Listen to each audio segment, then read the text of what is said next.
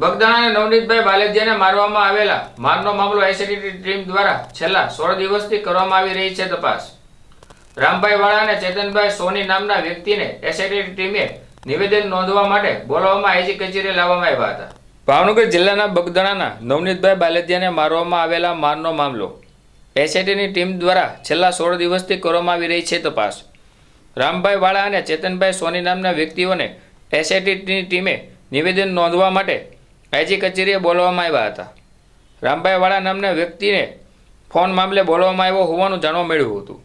આ ઉપરાંત મહુવાના ચેતનભાઈ સોની નામના વ્યક્તિને પણ પોલીસે નિવેદન નોંધવા બોલાવવામાં આવ્યા હતા। નવનીત બાલેદિયાના અને જયરાજ આહિર બંનેના મિત્રો રામભાઈ વાળાને નિવેદન નોંધવા માટે બોલાવ્યા હતા।